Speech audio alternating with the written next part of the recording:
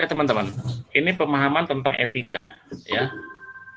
Ada yang masuk lagi nih kayaknya nih.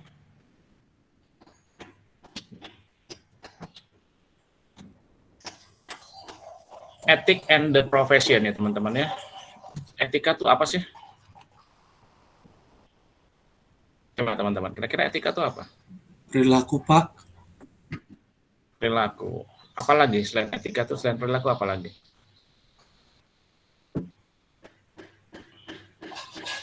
Tingkah laku yang berdasarkan karakter, Pak. Tingkah laku yang berdasarkan karakter. Oke, ada lagi? Oh, 2 cowok sudah menjawab. Ada cewek yang mau menjawab?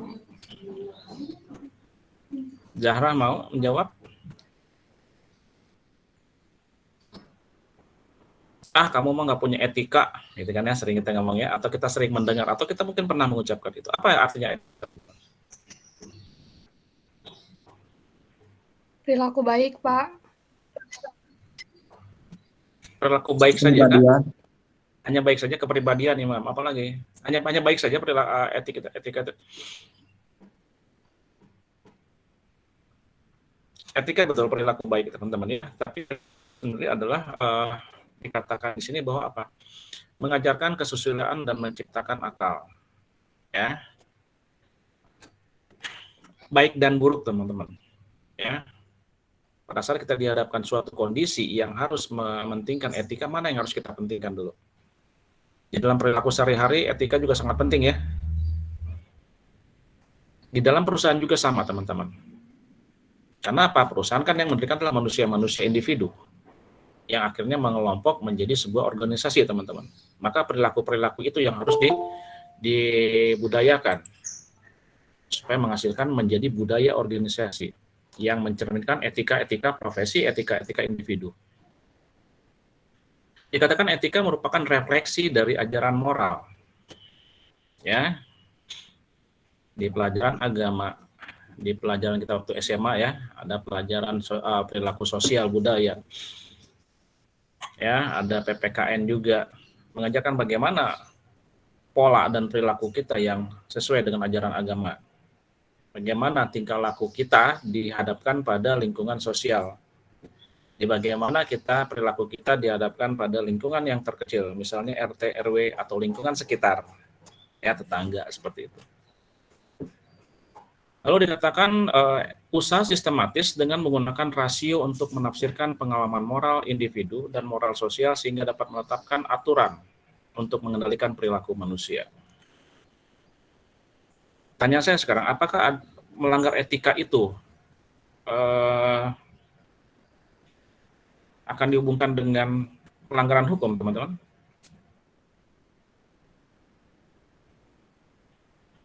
Tanyanya itu.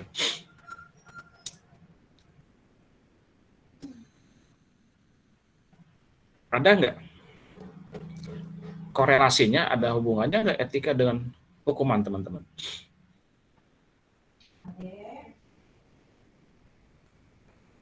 Natalina, kenapa?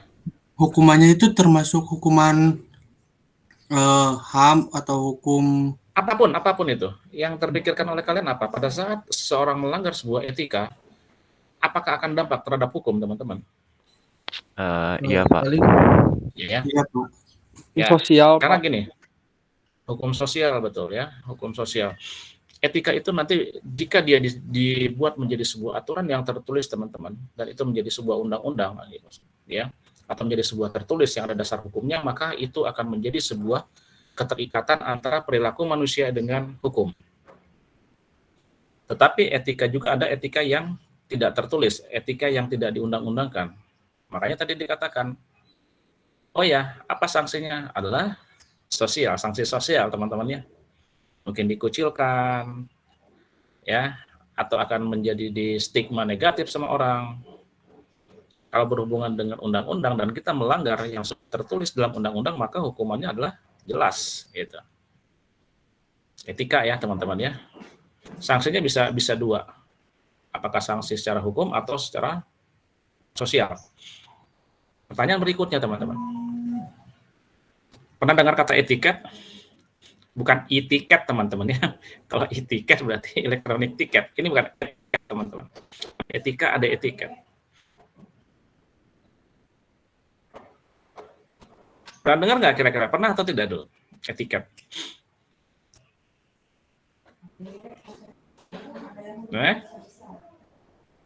Pernah. pernah. Oke. Beda nggak kira-kira orang ini antara etiket dengan etika? Ya, kita nggak usah takut. Kita diskusi teman-teman ya. Kalau jawaban salah juga nggak jadi masalah. Kita luruskan. Beda, Pak. Beda. Oh, Gio apa bedanya Gio? Kalau itikaf itu niatan, Pak.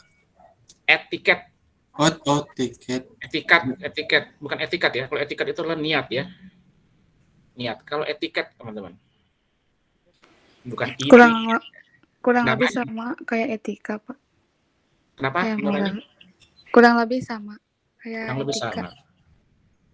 Ada yang berpendapat lain? Kurang lebih sama katanya. Izin menjawab, Pak. Kalau etiket cara kita berhubungan sama orang gitu, Pak. Cara berhubungan. Kalau etika, cara bermusuhan gitu. Oke, Kalau kira-kira etika apa? lebih ke perilakunya gitu kali, Pak. Oke, etiket ya. Nah, lalu teman-teman, pada saat kita kembali ya, etiket bisa, tinggal etikanya ya. Etiket dan etika sebenarnya ada dua sisi yang sama teman-teman ya. Ada sisi yang sama dengan etika. Ada persamaan maksudnya etiket dengan etika. Kenapa? Sama-sama mengatur kehidupan manusia teman-teman. Perilaku manusia sama-sama. Perbedaannya ada ya. Bedanya apa yang pertama? Beda nulisnya teman-teman. Ya.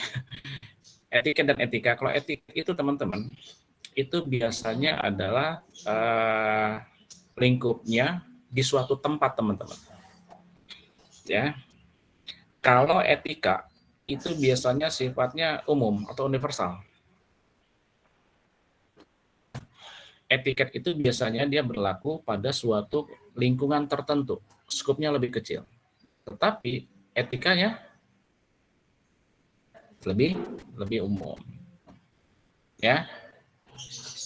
Contoh teman-teman ya, di daerah saya di sini mungkin etiketnya akan berbeda dengan daerah di tempat Gio.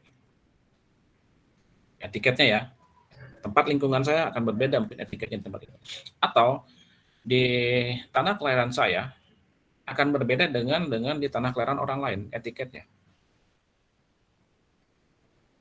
Contohnya apa teman-teman etiket misalnya ya, yang hal kecil ya. Pada saat kita bertemu ini ya, budaya ya, kita bertemu dengan orang yang lebih tua, dengan dosen kita sebelum pandemi teman-teman ya.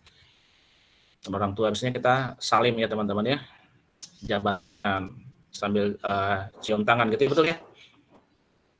Etiketnya seperti itu. Apakah semua ini berlaku pada semua tempat? Tidak juga teman-teman. Ya, salim ini nggak berlaku di semua tempat. Tetapi ada etiket yang mengatakan oke, ketemu sama orang tua salim. Apakah kalau tidak salim kita dikatakan melanggar etiket teman-teman? Coba pertanyaan saya sekarang, apakah kalau kita tidak salim kita dianggap melanggar etiket? Siapa yang bisa jawab? Come on. Melanggar tidak kalau kita tidak salim? Putra? Kalau menurut saya sih enggak, cuman ada kesalahpahaman yang lain mungkin Pak jadinya. Ya. Pada saat kita ketemu sama orang tua tidak salim, hanya salaman tanya, apakah itu melanggar etika? Tidak, teman. Ya. Kalau dibanding dengan etika itu ada dampaknya, teman-teman. Saya katakan ya. Oh ya, etikanya seperti ini, etiketnya seperti ini. Nah sekarang teman-teman, persamaannya adalah sama-sama mengatur tentang perilaku manusia. Perbedaannya adalah kalau etika itu skupnya kecil, etika itu pada dasarnya umum. Ya teman-teman ya. Nah, artinya bahwa sesuatu persamaan dan perbedaan yang terhadap pada etika adalah seperti itu. Ya. Tapi kita bukan pelajaran tentang etika itu teman-teman. Ya. Sekali lagi, etika dan etiket itu sesuatu yang berbeda, tetapi sama-sama mengatur tentang perilaku kehidupan manusia. Tetapi yang dikatakan siapa tadi ya, Jara atau Jul ya, bahwa perilaku baik artinya akan sesuatu perilaku kepada sesuatu yang itu etika. Oke, next. Nah, dikatakan dalam sebuah institusi, sebuah organisasi, teman-teman, katanya merupakan standar atau standar of conduct, teman-teman. Conduction, teman-teman. Standar of conduct individu dalam membuat keputusan. Ini kalau kita sudah menyangkut dengan bisnis, teman-teman. Etik adalah suatu studi mengenai yang benar dan yang salah, dan pilihan moral yang dilakukan seorang. Pilihan, teman-teman. Berbuat baik, berbuat buruk, atau berbuat tidak baik, itulah pilihan. Kalau moral kita kuat, berarti kita akan memilih etika yang baik. Setuju ya? Itulah pilihan. Keputusan etik ialah suatu hal yang benar mengenai perilaku standar, teman-teman. Standarnya seperti apa? Harus ada. Standarnya seperti apa etika itu? Maka ada etika yang tertulis, teman-teman. Apa yang maksud dengan etika tertulis itu adalah undang-undang atau peraturan. Bagaimana itu dilanggar? Ada sanksinya. Ya.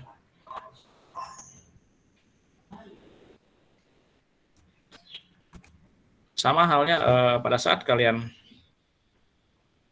masuk kelas, teman-teman saya atau kuliah dulu, kan etikanya kan kalian tidak boleh terlambat. Gitu kan ya? Nah, itu apa? Ada aturan tertulisnya. Kayak gitu. Atau ada aturan toleransinya berapa lama, berapa menit. Sama halnya pada saat kuliah pertama ada kontrak politik, kontrak kuliah ya, kontrak kuliah. Oke, kita keterlambatan seperti ini. Ada nggak sanksinya seperti itu? Ya ada. Tapi nggak ditahan penjara, teman-teman. Mungkin ada sanksi nanti bagaimana poin kalian akan terlihat dari situ. Ya, etikanya pada saat kalian melakukan pembelajaran. Apakah kalian dinilai etikanya? Ya dinilai, teman-teman. Pendidikan bukan hanya bagaimana mentransfer ilmu saja, knowledge transfer, teman-teman. Tapi bagaimana menciptakan sesuatu etika atau perilaku yang baik. Itu adalah pendidikan. Bukan hanya mentransfer ilmu saja. Tapi mentransfer suatu perbuatan yang baik. Oke, saya ikhlas hal yang benar dan mengenai suatu perilaku standar. Standarnya dibuat, teman-teman. Apa standarnya? Yaitu aturan-aturan itu. Kalau tidak memenuhi standar, maka akan dikenai sanksi. Etika bisnis juga sama, teman-teman. Kadang-kadang disebut pula etika manajemen, yaitu penerapan standar moral dalam kegiatan bisnis. Ya, ada penetapan etika standarnya. Standarnya apa? Oh ya, seperti ini tertulis jelas di dalam manajemen. Oke, kita ke slide ke-8. Beberapa pengertian berdasarkan dari beberapa literasi, teman-teman ya. Etika adalah perbuatan standar yang memimpin individu dalam membuat keputusan. Sekali lagi adalah etika itu pilihan, teman-teman. Mau melakukan yang mana? Gitu ya. Lalu dikatakan etika adalah suatu studi yang mengenai benar dan yang salah, serta pilihan moral yang dilakukan seseorang. Sekali lagi, semua adalah yang berhubungan dengan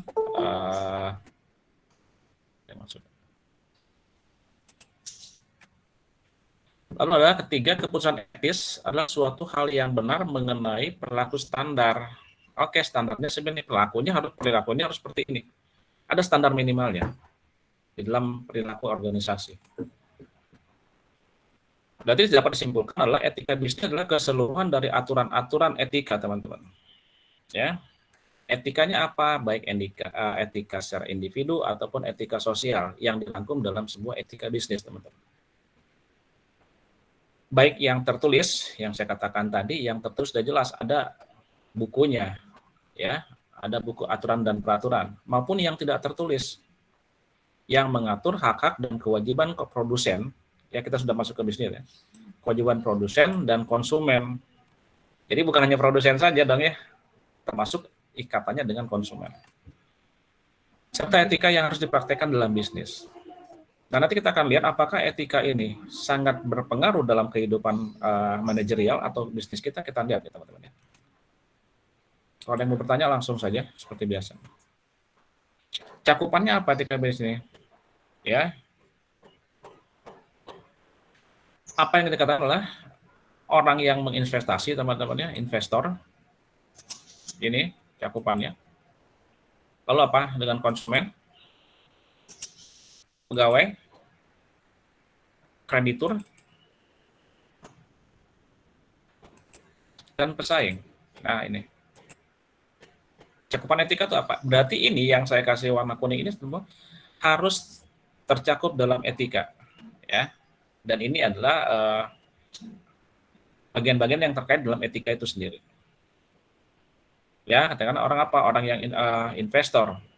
Investor apa?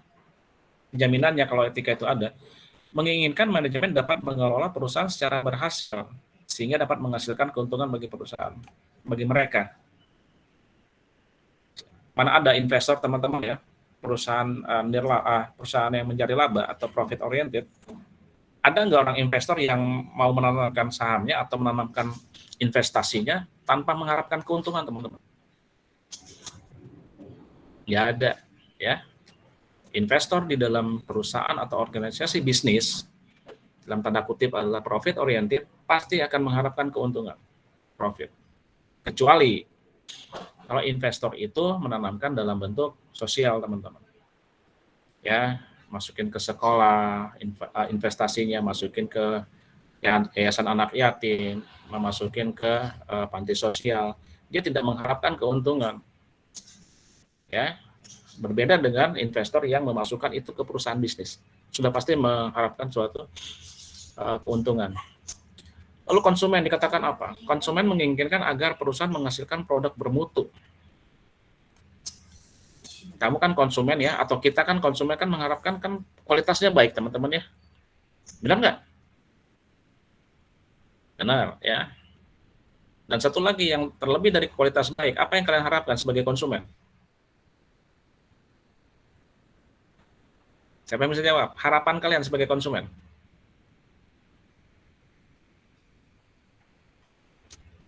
Mendapatkan produk yang baik, Pak. Ya, itu satu tadi kan, kita mengharapkan sesuatu kualitas yang baik, produk yang baik. Ada lagi yang lebih dari itu apa, teman-teman? Harga yang ekonomis, Pak. Layanan. Nah, itu, ya kan? Kita selalu mencari harga yang ekonomis. Kenapa? Karena itu adalah prioritas pertama seorang konsumen, teman-teman. Ya, kualitas oke, baik. Kadang-kadang kalau kualitasnya ya sama seperti barang ada KW1, KW2 ya teman-teman ya. Maka kita akan mencari, yang ekonomis dulu lah. Saya lagi nggak punya duit gitu ya misalnya. Atau ini mungkin cukup bertahan 3 tahun. Oke, saya pakai ini dulu. Maka adalah konsumen akan berharap bahwa yang pertama adalah harga yang ekonomis dulu, baru dilihat kualitasnya. Tetapi pada dasarnya konsumen akan mengharapkan sesuatu yang baik dan yang murah. Ya, itu konsumen, teman-teman.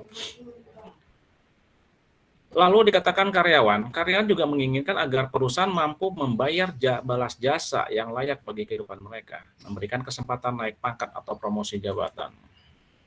Ini udah jelas, teman-teman. Ya, orang mau lembur, mau bekerja lembur, harus ada dong kompensasinya, ya kan? Harus dibayar berapa lemburnya per jam.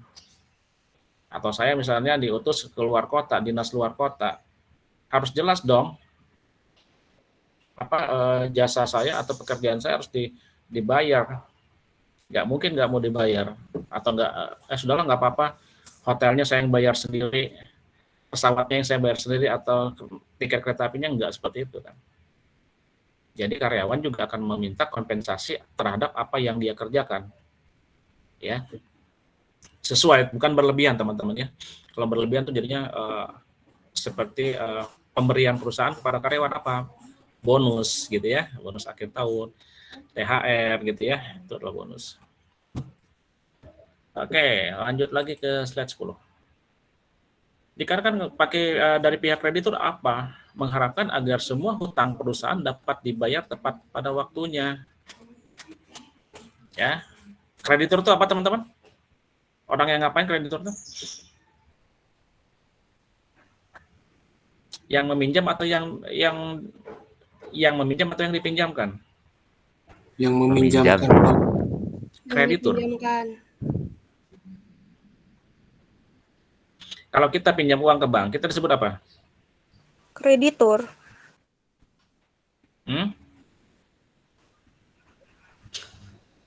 Kreditur atau debitur?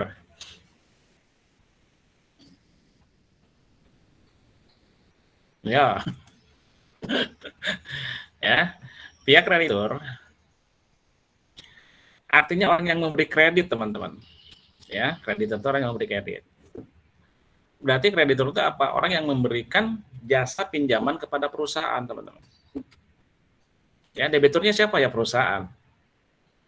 Kreditur yang memberi pinjaman kepada perusahaan kita mengharapkan apa? Kita harus membayar tepat waktu. Bank memberikan pinjaman sama kita 5 miliar untuk modal usaha. Ya, bank juga akan mengharapkan dong tiap bulan dibayar sesuai dengan perjanjian. Ya, kreditur itu orang yang memberikan pinjaman, teman-teman. Lalu pihak pesaing mengharapkan apa? Dilakukan secara baik, teman-teman. Ya, kalau bersaing secara baik. Saya sama Arif sama-sama bersaing di jualan cilok gitu ya misalnya ya. Tapi saya culah sama Arif gitu. Saya bersaing tidak sehat. Contoh apa? Arif jualan ciloknya 1000-an satu. Saya jualannya 500, teman-teman. Ya, kalau dihitung-hitung modal pokok saya nggak harus lebih daripada 500 biasanya per satu. Tapi saya dengan cara yang tidak baik, saya jual 500. Kenapa? Supaya saya membunuh Arif bisnisnya. Tapi saya juga terbunuh, teman-teman. Kenapa?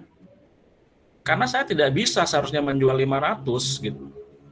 Harusnya minimal 800 atau 700, tapi saya ingin menjatuhkan Arif dengan cara seperti itu, dengan cara yang curang. Saya jualnya gopek lah, biar Arifnya nggak jungkol gitunya. Akhirnya apa? Saya dengan cara curang, saya membuat harganya yang jauh di bawah Arif. Tapi secara logikanya, secara hitung-hitungan matematisnya adalah saya sebenarnya tidak bisa jual 500. Kan baiklah, ruginya lah, yang penting Arifnya tewas gitu bisnisnya. Itu ya teman-teman ya. Jadi tidak boleh dengan cara yang curang. Oke, kita berikutnya teman-teman. Orang-orang bisnis diharapkan bertindak secara etis, teman-teman ya. Ini kita berbicara di dunia bisnis. Kita berbicara tentang manajemen bisnis. Apakah harus di bisnis? Tidak. Individu, setiap orang harus mempunyai etik, teman-teman. Nah, dalam perusahaan apa?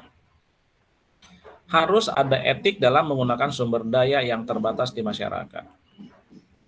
Apa akibat dari pemakaian sumber daya tersebut dan apa akibatnya dari proses produksi yang dilakukan.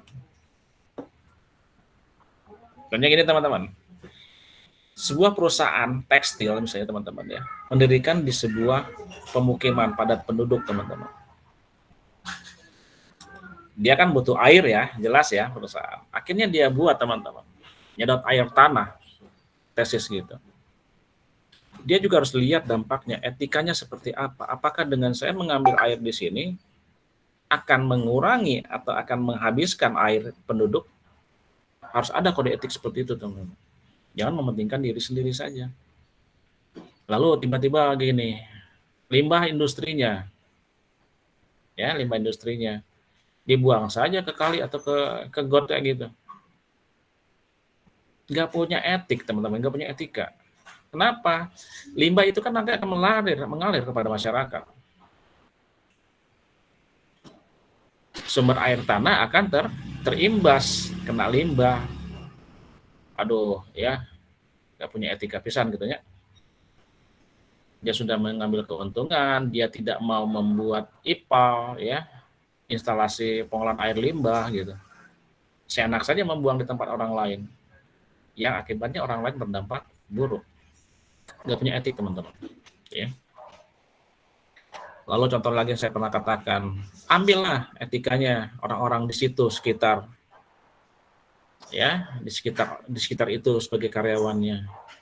Enggak, karyawannya banyak tapi tidak ada satupun atau dua orang di situ yang dari warga itu yang diambil sebagai karyawannya.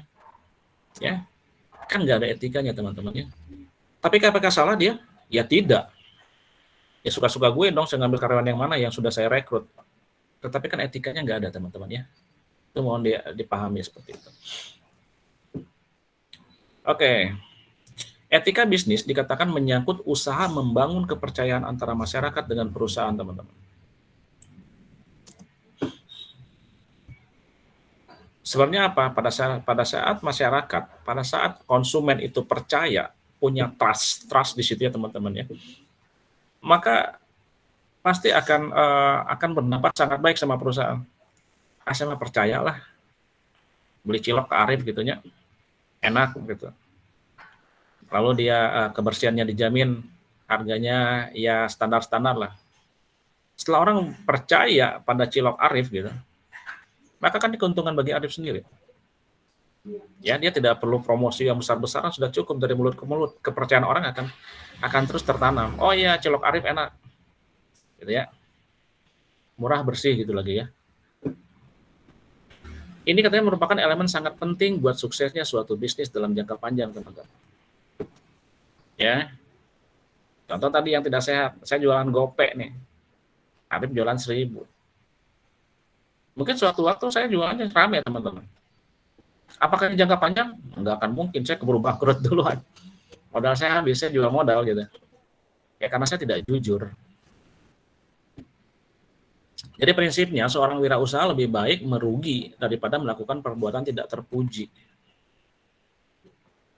Ya, dia ngebohongin orang, ngebohongin konsumen, membuat sesuatu kualitas yang tidak baik tetapi harganya yang tinggi, ya. Nah, itu tidak ada sebenarnya prinsip itu seharusnya teman-teman, seharusnya ya saya bilang. Idealnya tidak boleh yang namanya bisnismen atau perusahaan yang bergerak dalam bisnis, nggak boleh seperti itu. Oke, kita lanjut ke 12. Nah, teman-teman, masalah-masalah yang terjadi dalam etika bisnis ada apa? Ada kategorinya ada 5, teman-teman. Yang pertama ada suap, bribery, paksaan, coercion, teman-teman, penipuan, deception, pencurian, theft gitu. Diskriminasi tidak jelas, unfair discrimination. Ya. Ada 5 nih masalah etika bisnis. Ini yang sering terjadi biasanya. Makanya dikelompokkan dalam 5 kategori besar. Oke, apa yang maksud dengan suap? Suapnya naon? Suap nasi gitu. Ya teman-teman yang sudah ada kopinya di samping, silakan mari kita ngopi dulu bareng-bareng ya. Kita buat teh manis. Rif, udah ada kopimu Rif?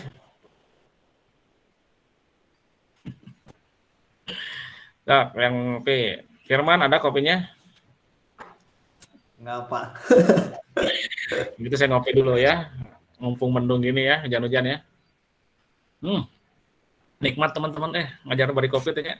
Kalau kemarin saya di kampus PTM nggak bisa sambil ngopi teman-teman. Ya, kira-kira yang maksud dengan suap itu apa teman-teman?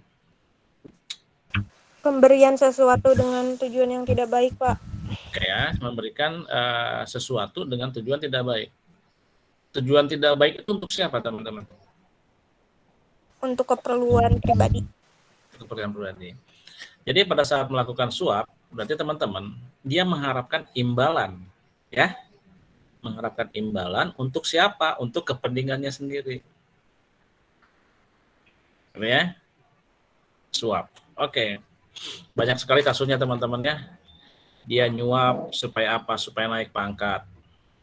Dia nyuap orang supaya apa? Keterima jadi ASN, pegawai negeri. Dia nyuap orang biar masuk akabri. Dia nyuap orang untuk apa? Memberikan sesuatu yang tidak pada mestinya. Berupa apa? Bisa uang, bisa berbentuk aset teman-teman ya. Bukannya uang. Itu suap teman-teman. Oke, kita lihat. Yang dikatakan gini, suap tidak akan berupa menawarkan, memberi, menerima. Oke ya.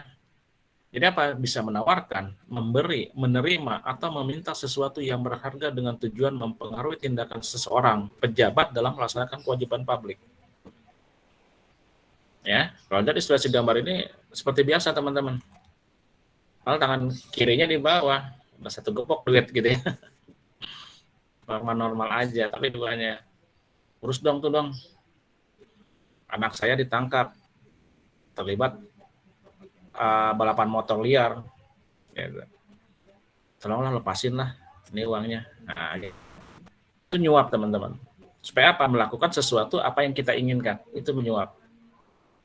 Ya, apakah kita menerima juga dikatakan suap? Betul.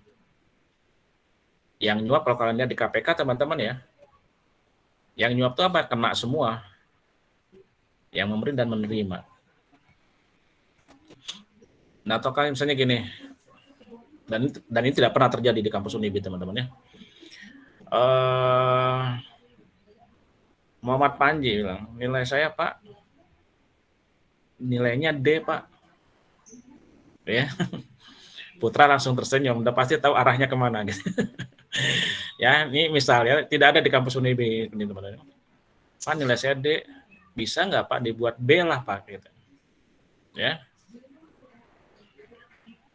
Nah, misalnya gitu. Tapi hanya cukup meminta? Tidak. Ya, kalau meminta seperti itu, tanpa memberikan suatu imbalan, itu tidak dijadikan suap, teman-teman. Tapi misalnya Panji bilang gini, Pak, nilai saya B, nomor sepatu Bapak berapa? Nah, kan gitu ya. Beda, teman-teman. Makanya Panji akan mengirimkan sepatu sama saya sudah mengharapkan D-nya berubah jadi B. Panji menyuap berarti kan ya. Kalau saya menerima sama saja teman-teman. Kecuali misal ini tidak ada hubungannya. Pak, nomor sepatu Bapak berapa? Oh, nomor saya 60 sepatunya gitu ya.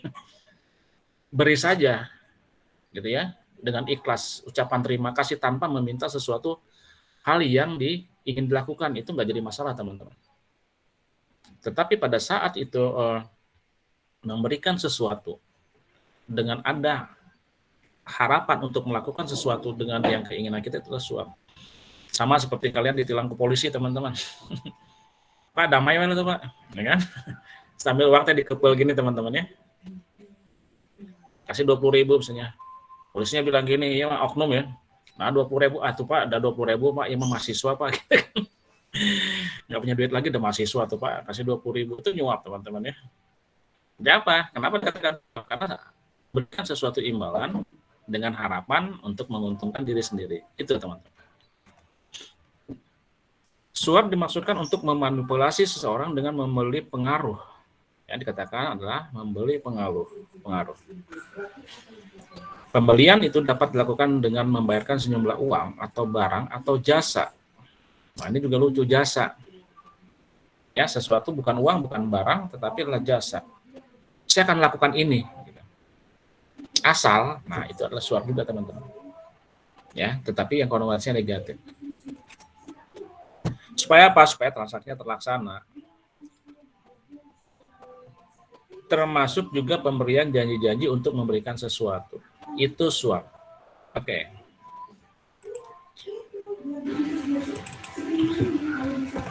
Yang berikutnya adalah paksaan, teman-teman. Ini maksa nggak boleh nih ya. Tekanan atau batasan atau dorongan dengan paksa atau dengan menggunakan jabatan atau ancaman. Ya. Hal yang paling kecil misalnya teman-teman. Antara kita mahasiswa dengan dosen. Panji, kamu kasih sama saya ya sepatu ukuran 42. Maka nilai kamu E. Itu nggak boleh teman-teman. Kalau tadi kan Panji duluan, Pak, menawarkan, itu suap. Tapi kalau saya dengan tekanan, dengan pengawas ya dosen, jadi sepatu nomor 42 ya. Nah gitu. Itu paksaan teman-teman. Kalau nggak nilai kamu saya kasih E. Nah gitu. Itu paksaan. Dan itu tidak boleh. Jadi itu. Ya. Atau ke pegawainya teman-teman. Kamu harus melakukan ini sama saya. Kalau enggak kamu saya pecat. Atau kamu tidak saya promosikan. Mohon maaf teman-teman, ini bukan masalah diskriminasi.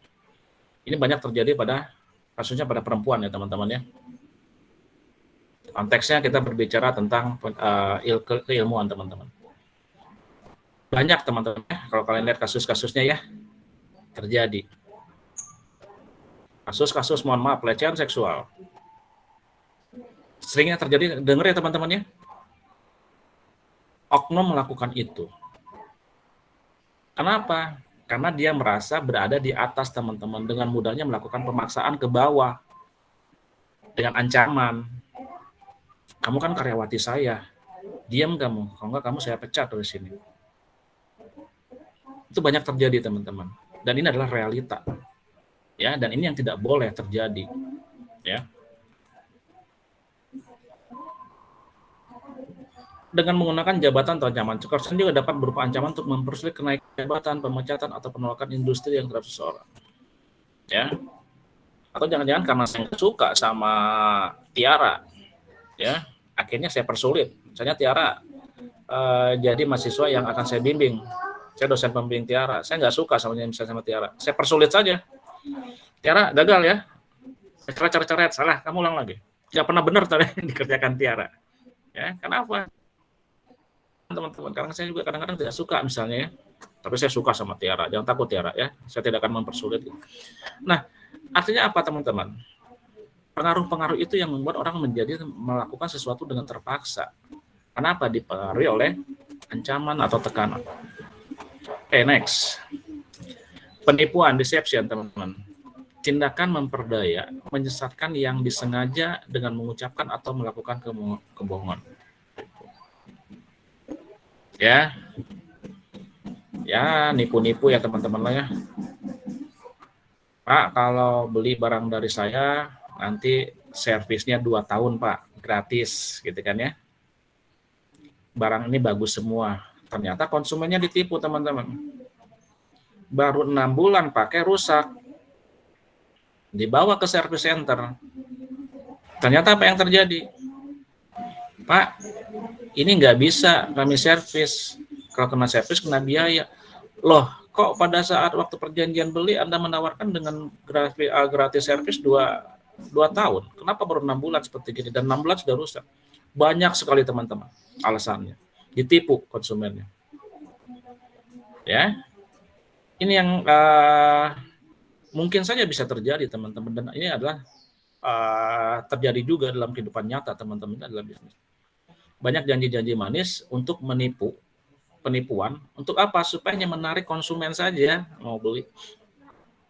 Ya, orang pacaran, nipu, janji di awal manis-manis, ya kan?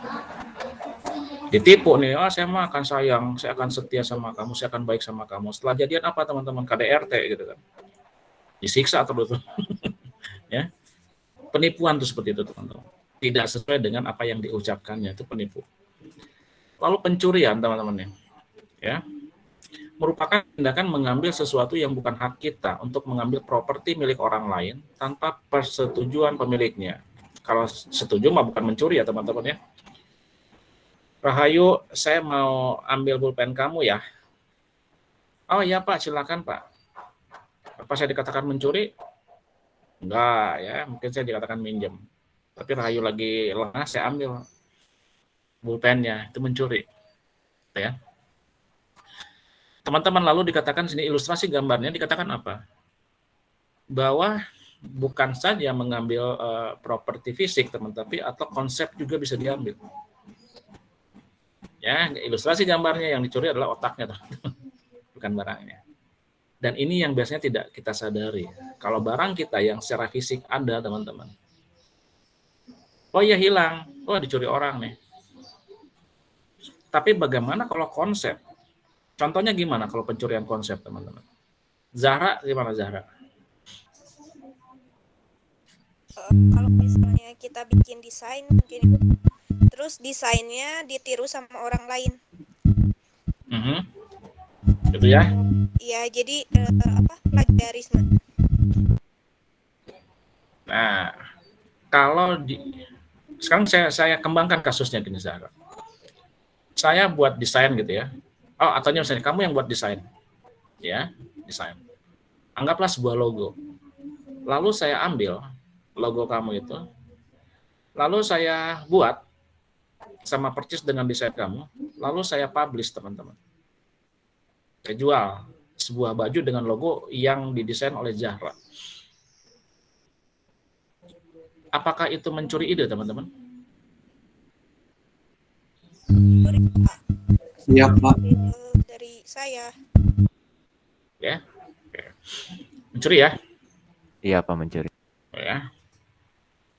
Tapi siapa yang bisa buktikan bahwa Zahra itu yang memiliki desain itu? Jahranya harus ini dulu, Pak. Punya hak cipta dulu, baru bisa dibuktikan. Oke, ya. Itu kalau misalnya kita berhubungan dengan legalitas, teman ya, hak cipta. Itu bisa ya yang dikatakan Zahra. Kecuali gini Zahra, kamu punya punya konsepnya di awal, misalnya di desainnya gitu ya, dari awal. Oh, tiba-tiba saya bilang ini saya curi nih logonya punya Zahra. Oh, tiba-tiba saya bilang gini juga. Logo buatan Arnold gitu ya. Ya, hak cipta sama Arnold. Padahal Zahra yang buat duluan. Nah, itu adalah mencuri ide, teman-teman. Atau misalnya siapa nih ya? Ada sini Ikram misalnya ya, Ikram. Ikram itu punya ide bagaimana mahasiswa itu dapat dengan cepat mendapat kuota belajar, misalnya idenya cepat ya. Lalu Putra bilang ke kampus, ini idenya Ikram nih. Pak, ini ide saya nih loh Pak, gitu ya. Ini ide saya loh. Gini harus kayak gini, harus kayak gini, harus kayak gini. Padahal yang punya ide siapa? Ikram. Putra hanya apa? Mencuri idenya Ikram. Gitu ya. Nah, tapi tidak bisa dikatakan mencuri juga, ada salah Ikram juga kadang-kadangnya kenapa tidak mencetuskan itu.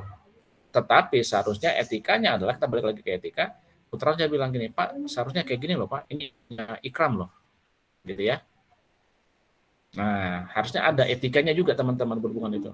Pak, ini berdasarkan ide Ikram dan saya juga mungkin sama mungkin idenya dengan Ikram. Caranya seperti ini, seperti ini, seperti ini. Nah, itu teman-teman. Ya. Jadi mencuri itu bukan hanya secara fisik, tapi secara konsep juga. Pemikiran kita, teori kita itu diambil sama orang lain. Dan itu yang tadi dikatakan adalah melanggar yang namanya undang-undang hak atas kekayaan intelektual, teman-teman. Next, 16. Diskriminasi tidak jelas, unfair discrimination, teman-teman. Perlakuan tidak adil ya, sudah jelas ya. Perlakuan terhadap orang tertentu yang disebabkan oleh ras, jenis kelamin, kewarganegaraan, atau agama. Ini yang sangat tidak boleh, teman-teman ya. Ini yang tidak boleh. Ini bahaya sekali ya. Kalau sudah sampai seperti gini, akan cepat diolah oleh hukum, teman-teman. Sedikit kita nge-tweet saja di Twitter atau di Facebook atau buat status, maka akan cepat ini menjadi suatu trending topik dan akhirnya cepat juga ke hukumnya ya. Suatu kegagalan untuk memperlakukan semua orang dengan setara tanpa adanya perbedaan dengan yang berdasarkan antara mereka yang disukai atau tidak. Ya teman-teman ya, pertama kayak gini. Konsepnya like or dislike. Nah, ini seharusnya sudah dihilangkan, teman-teman. Ya, ini harusnya dihilangkan dan harusnya menjadi ini, teman-teman. Nah, ada kesetaraan antara konsumen A dan konsumen B. Yang namanya konsumen ya sudah standarnya seperti itu, ya sudah perlakuannya seperti itu, teman-teman. Minggu lalu ya mungkin yang saya pernah katakan ya, salah satu bank BCA ya, sebutkan saja karena itu sudah BCA yang sudah 2 kali mendapat kepercayaan satpamnya terbaik ya teman-teman ya. Saya ceritakan minggu lalu ya. Sudah Pak.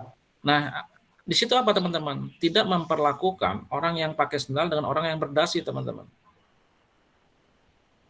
Ya. Sama perlakuannya, silakan ya. SOP-nya dilakukan.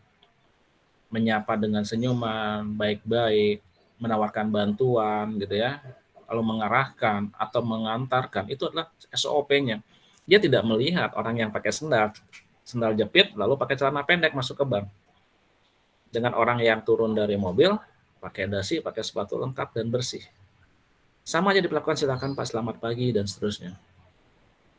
Maka kalau akan terjadi diskriminasi, siapa tahu orang yang turun dari ojek atau apapun itu, kendaraan umum, pakai sendal, pakai celana pendek, ternyata dia adalah salah satu bos konglomerat, teman-teman, siapa tahu.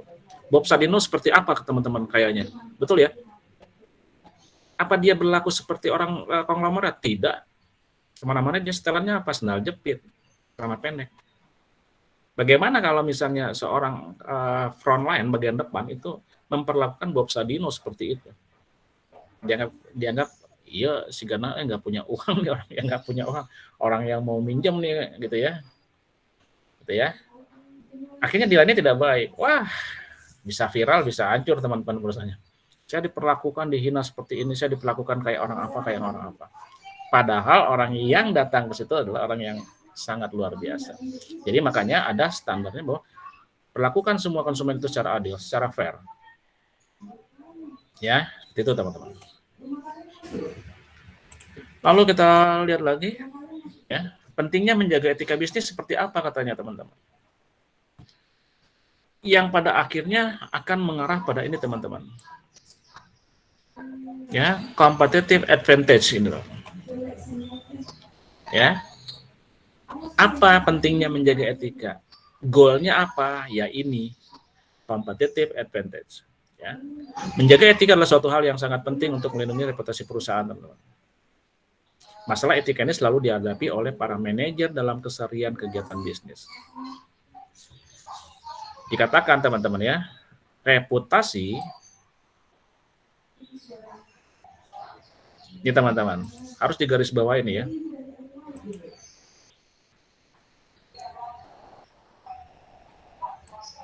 Saya kasih dengan garis bawah. Reputasi sebuah perusahaan yang etis tidak ditentukan dalam waktu pendek, teman-teman. Membentuk sebuah kepercayaan, membentuk sebuah trust itu bukan waktu sebulan, 2 bulan, teman-teman. Ya, tapi butuh proses yang lama supaya trust itu muncul dari konsumen. Lama, ya.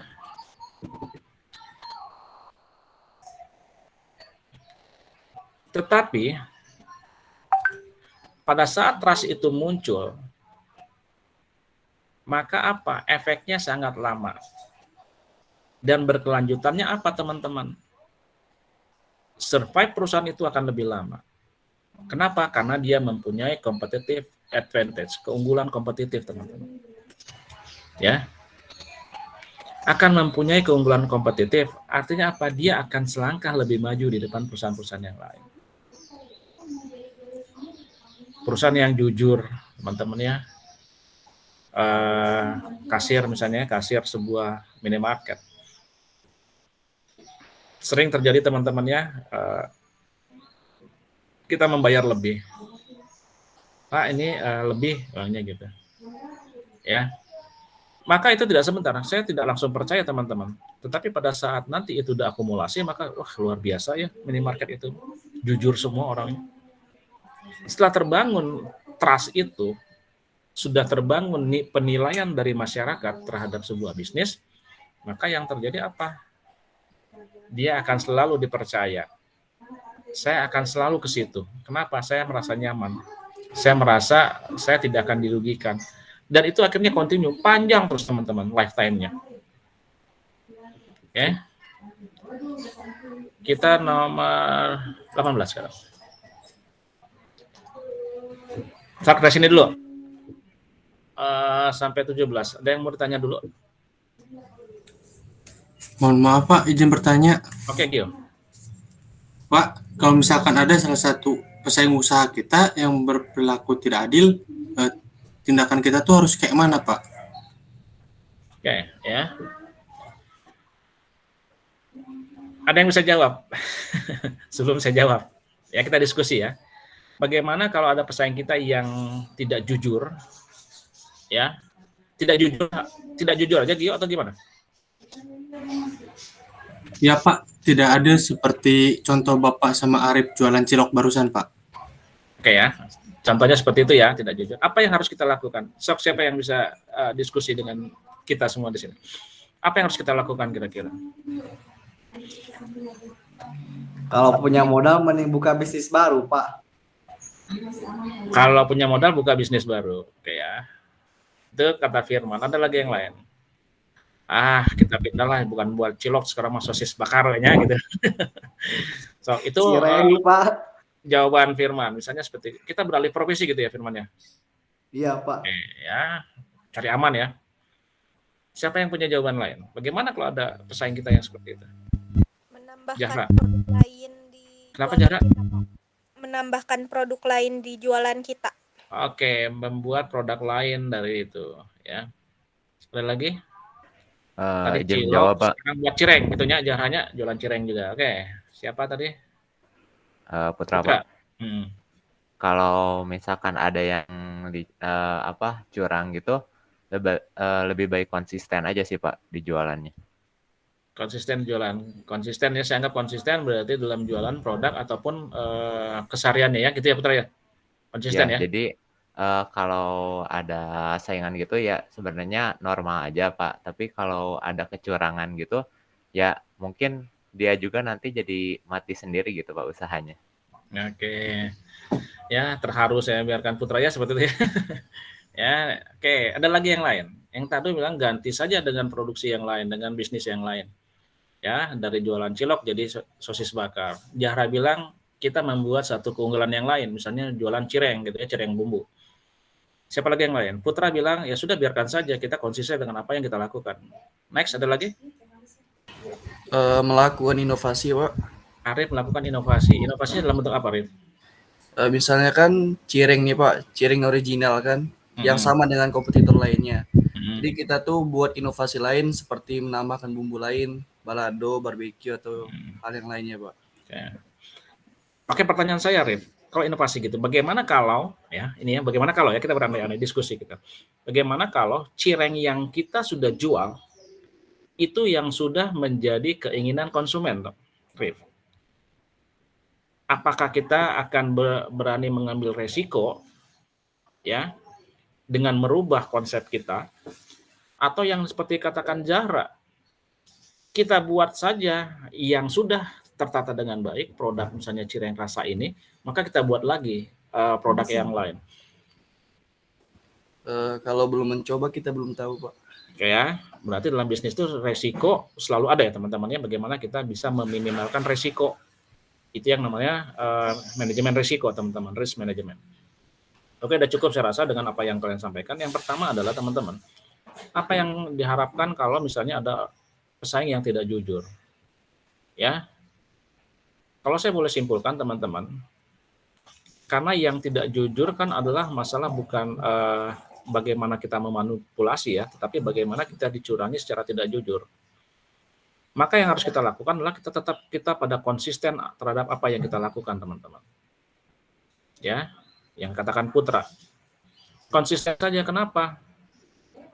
Kita tidak dirugikan, teman-teman, dengan kecurangan itu. Betul ya? Kita tidak dicurangi.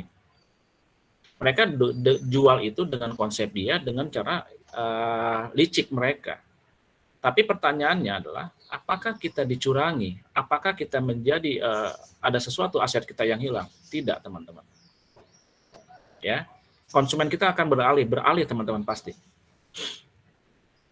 Tetapi yang ingin saya katakan adalah bahwa pada saat si perilaku curang itu pesaing kita melakukan sesuatu yang tidak jujur, teman-teman, maka yang saya katakan tadi bahwa itu trust itu tidak akan pernah terbangun, teman-teman. Bagi saya yang tadi yang licik, biarkan saja, nanti juga mati sendiri kalau saya jual cilok yang di bawah harga produksinya. Mampu berapa lama sih jualan gitu saya kalau merugi terus? Bangkrut itu. Makanya sudah kita jalankan saja, biarin saja. Nanti itu akan kembali kepada kita semua, teman-teman, pada waktunya. Atau mungkin yang dikatakan Arif, yang dikatakan Jahra, dikatakan Firman tadi. Oke, selain jualan cilok, oke kita akan buat ya produk yang lain. Tapi tetap misalnya produk keunggulan kita yang sudah menjadi nama trademark-nya adalah ya sudah kita buat itu saja cukup. Kalau punya modal yang dikatakan Firman, bagaimana kalau kita ekspansi jualan sosis bakar seperti ini? Sekali lagi teman-teman, bukan bagaimana kita mensiasati pesaing kita, tetapi bagaimana kita konsisten memberikan pelayanan yang terbaik bagi konsumen. Oke ya. Misalnya udah teman-teman ya, kita jual 1.000 tadi. Itu dengan keuntungan yang sangat minim, yang penting laku, gitu ya. Yang penting laku. Tetap dipertahankan, teman-teman. Jangan melakukan kita turunkan harga lagi, teman-teman. Ya. Kita buat misalnya tadi yang saya jual 500. Ya. Tadi siapa yang saya katakan tadi jualnya 500. Dia jual 1.000, saya jual 500. Saya jual rugi gitu. ya biarkan saja dia rugi teman-teman. Dan kita jangan mengurangi dari yang 1.000. Nanti konsumen akan berpikir gini, oh ternyata saya jadi tipunya, orang lain bisa jual 500, ternyata dia ngambil keuntungan lebih banyak teman-teman. Betul ya? Saya jual jadi 700, ya. Orang lain jual 500, jadi 700. Saya untuk jual rugi juga gitu. Apa yang akan terjadi? Konsumen akan berpikir, si Pak Arnold mah jualannya berarti untungnya gede. Oke, kamari. Toh sekarang bisa diturunin harganya. Itu ya. Kita akan berpikir kritis teman-teman konsumen sekarang. Kita 700 bukan karena untung banyak teman-teman kemarin jual 1.000. 700 kita jual rugi sama yang jualan saya 500 jual rugi. Saya jual rugi lah, saya pengen ngebantai dia juga 700, tapi harganya lebih tinggi sedikit. Saya akan kena dampaknya juga. Kemarin jual 1.000, untungnya gede atau berarti. Kalau 1.000 itu saya ambil, jual 1.000 itu mungkin sudah keuntungan yang sangat minim. Yang penting laris manis, gitu ya teman-teman ya. Ya sudah, pertahankan saja, biarkan saja, nanti juga akan mati sendiri. Kasih pelayanan yang lebih baik. Ya, mungkin kalau masih bisa dinaikin, dibesarkan sedikit produksinya. Gitu ya, dibesarkan sedikit. Mungkin dengan layanan antar jual, ya free ongkir, layani dengan baik teman-teman. Tapi dengan cara-cara yang elegan, bukan dengan cara-cara curang. Kenapa? Kalau kita lakukan dengan cara-cara curang, maka yang akan terjadi apa? Kita tidak ada bedanya dengan dia dan siap-siap dengan kehancuran, teman-teman. Kejujuran yang sudah kita buat, komitmen yang kita buat sejak lama dan sudah dipercaya oleh orang, ternyata hancur dengan begitu saja, dengan pesaing itu, teman-teman. Kita terpancing dengan pesaing itu. Jangan-jangan pesaing itu ingin ingin memancing emosi kita, memancing supaya kita tidak jujur juga, teman-teman. Hancurkan ya teman-teman ya. Kepercayaan yang sudah diberikan oleh masyarakat, oleh konsumen terhadap kita hancur dengan waktu yang sesaat, teman-teman. Jadi kalian boleh simpulkan ya teman-teman ya, pertanyaan Gio. Harusnya seperti apa? Ya konsisten saja, lakukan yang terbaik, pelayanan yang terbaik. Karena apa? Kalau kita sudah dipercaya dengan kepercayaan yang diberikan oleh masyarakat, waktu tidak akan pernah pendek, teman-teman, lama. Ya, saya kan kasus Nokia, teman-teman. Mereka percaya Nokia pada saat itu. Tidak pernah dia gembar-gembor iklan sepanjang tahun gitu ya. Ada iklan yang panjang-panjang, tidak. Kenapa? Trust sudah dimiliki oleh Nokia terhadap seluruh dunia, masyarakat dunia. Tetapi trust itu hilang ketika Nokia dengan arogannya tidak mau merubah konsepnya, tidak mau mengikuti perkembangan. Seharusnya dia mampu membaca perubahan eksternal itu, teman-teman. Ya gitu teman-teman ya, jadi ya, Gio ya. Jadi pada saat itu bagaimana? Ya sudah, kita konsisten saja kalau kita merasa menjual atau memproduksi sesuatu yang baik, kualitas yang baik, gitu ya, manajemen yang baik, memberikan pelayanan yang baik. Udah cukup teman-teman, biarkan saja. Itu pesaing tidak sehat pasti akan hancur teman-teman. Ya, tidak akan lama.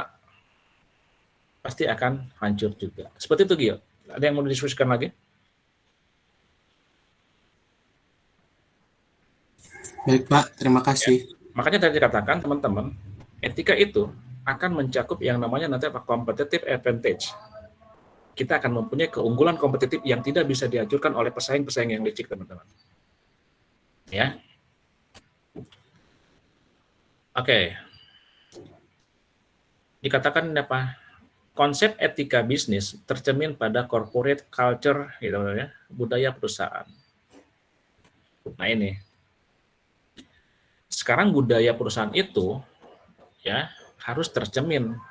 Tercerminnya dalam bentuk apa, teman-teman, ya. Menurut kalau tahun 97 nih, teman-teman ya. Budaya perusahaan merupakan karakter suatu perusahaan yang mencakup pengalaman, cerita, kepercayaan, teman-teman. Ya, trust ya, selalu ya, trust ya. Dan norma atau etika bersama yang dianut oleh jajaran perusahaan. Ini tercermin dari apa, teman-teman? Dari karyawannya berpakaian, ya, berbicara, lalu how to serve, ya, melayaninya bagaimana, melayani tamu, dan pengaturan kantor. Ya. Bagaimana tanggapan kalian, bagaimana perasaan kalian pada saat kalian masuk ke sebuah Anggaplah sebuah perusahaan, baik itu bidang produksi atau jasa, bagaimana kalian disambut dengan senyuman, ya, dengan pakaian yang rapih, ya, lalu dengan kondisi yang baik gitu ya, tatanan kantornya yang baik, ada kursi, ada tanaman-tanaman yang simpannya. Bagaimana perasaan kita teman-teman disambut dengan hal yang seperti itu? Luar biasa teman-teman ya, merasa kita jadi seorang raja. Kenapa dibuat budaya corporate culture ini seperti ini teman-teman? Itu ya teman-teman ya. Bagaimana seorang yang misalnya di bagian front depan, bagian apapun itu ya, yang langsung berhadapan dengan konsumen, mereka mengambil dari mana teman-teman? Dari orang-orang lulusan yang biasanya lulusan sarjana komunikasi. Supaya apa? Supaya mereka tahu nih etikanya berkomunikasi bagaimana, tahu cara bicara yang baik bagaimana, menyampaikan sesuatu bagaimana, memberikan penolakan yang halus bagaimana gitu kan. Orang sarjana komunikasi bagus di situ. Nah, kita merasa dilayani. Yang kasusnya tadi, Bang tadi teman-teman. Ya. Bagaimana sih konsumen itu dihargai? Bagaimana seorang konsumen itu bisa dapat terlayani dengan baik, ya. Kenapa karyawannya seperti itu? Karyawan itu teman-teman. Oke ya. Jadi bisa dilihat dari budayanya. Bagaimana seorang seragam di perusahaan keuangan, ya, bajunya baik-baik gitu. Yang perempuan pakai blazer, pakai rok mini, ya. Dari salah satu daya pikat dan saya satu membuat orang, aduh, kayaknya mata saya dimanjakan ya dengan tata ruang seperti ini. Mata saya dimanjakan ya dengan penampilan karyawannya seperti ini. Ya, bagaimana saya dimanjakan dengan bahasa yang baik yang saya terima. Bagaimana kalau mereka menolak secara halus saya tidak merasa tersinggung. Itu semua teman-teman diatur dengan menjadi sebuah corporate culture, budaya perusahaan. Kita next ke slide 19. Apa yang menjadikan dasar pemikiran bahwa corporate culture itu harus dipertahankan? Suatu perusahaan dikatakan akan memiliki hak hidup, teman-teman ya. Tekan sini. Hak hidup. Sampai apa, teman-teman? Supaya apa hak hidup itu? Supaya dia nanti akan mampu melangsungkan hidupnya. Lagi saya ulang, suatu perusahaan akan memiliki hak hidup apabila perusahaan tersebut memiliki pasar dan dikelola oleh orang-orang yang ahli dalam menyenangi pekerjaannya. Pada saat saya meng-hire, pada saat saya merekrut orang-orang yang bekerja sesuai dengan minatnya, maka perusahaan itu akan baik. Akhirnya apa? Akan mempunyai hak hidup, berkembang cukup lama. Pada saat dia hidup, maka dia juga mempunyai arah kecenderungan mampu melangsungkan hidupnya, survive. Tadi yang Gio katakan ya Gio ya, bagaimana Pak dengan pesaing ini? Ya silakan dia juga, ya silakan saja Gio. Pesaing seperti itu. Tetapi apa? Dia juga kan mempunyai hak hidup teman-teman. Betul ya? Dia mempunyai hak hidup. Kenapa? Dia juga harus membayar karyawan-karyawannya. Tetapi hak hidup dia itu, dia pertaruhkan dengan sesuatu yang tidak baik. Akhirnya apa teman-teman? Maka dia tidak akan mampu melangsungkan hidupnya. Nah itu ya, jawaban Gio juga terpapar di sini. Semua perusahaan, semua pesaing itu punya hak hidup teman-teman. Tetapi bagaimana dia memperlakukan hak hidup itu, supaya dia bisa mampu melangsungkan hidupnya. Oke ya. Supaya dia mampu melangsungkan hidupnya apa? Diharapkan pada masalah internal teman-teman. Misalnya masalah perburuhan, ya. Bagaimana kesejahteraan perburuhannya, karyawannya, bagaimana sosialisasi di terhubungan antar pegawai gitu ya, itu masalah internal. Lalu masalah eksternal apa? Misalnya konsumen dengan persaingan. Yang dikatakan Gio, bagaimana Pak kalau ada pesaingnya kayak gini? Ya biarkan saja dulu. Karena dia punya hak hidup dan dia harus melangsungkan hidupnya. Tapi dengan cara seperti itu, sekali lagi saya katakan, dia tidak akan mampu hidupnya panjang, teman-teman. Ya. Dan itu juga berpengaruh pada yang tadi dikatakan. Bagaimana dengan pesaing seperti gitu? Akhirnya akan berimbas kepada konsumen. Oh iya, ada pasti. Itu masalahnya teman-teman, dasar pemikirannya. Lalu yang ketiga adalah lingkungan. Ya, gangguan keamanan. Ya, udah jelas nih teman-teman ya. Oke, kita berikutnya ke halaman page 20. Fundamental etika teman-teman ya. Fundamental etika yang berlaku pada semua etnis menurut Zimmer tahun 96 terdiri atas ini teman-teman. Fundamental atau asas yang paling dasar pada sebuah etika perusahaan itu ada yang dikatakan sopan santun. Yaitu selalu bicara benar, terus terang, tidak menipu dan tidak mencuri, sopan santun. Kalian pernah sering baca gini teman-teman?